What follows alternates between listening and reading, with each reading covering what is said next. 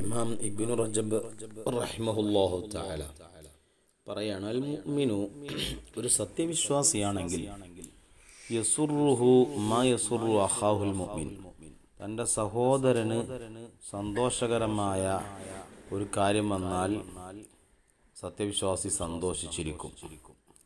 അതിൽ അസൂയപ്പെടുകയല്ല ഉണ്ടാവുക. സഹോദരന് സന്തോഷകരമായ ഒന്ന് വന്നാൽ സത്യവിശ്വാസി സന്തോഷിക്കും. യുരീദു ലി അഖീഹിൽ മുഅ്മിനി മാ യുരീദുഹു ലിനഫ്സിഹി, അതുപോലെ തനിക്ക് എന്തൊക്കെയാണോ ലഭിക്കണമെന്ന് ആഗ്രഹിക്കുന്നത് അതൊക്കെ തൻ്റെ സുഹൃത്തായ സത്യവിശ്വാസിക്കും ലഭിക്കണമെന്ന് ആഗ്രഹിക്കുന്നവനാണ് യഥാർത്ഥ വിശ്വാസി.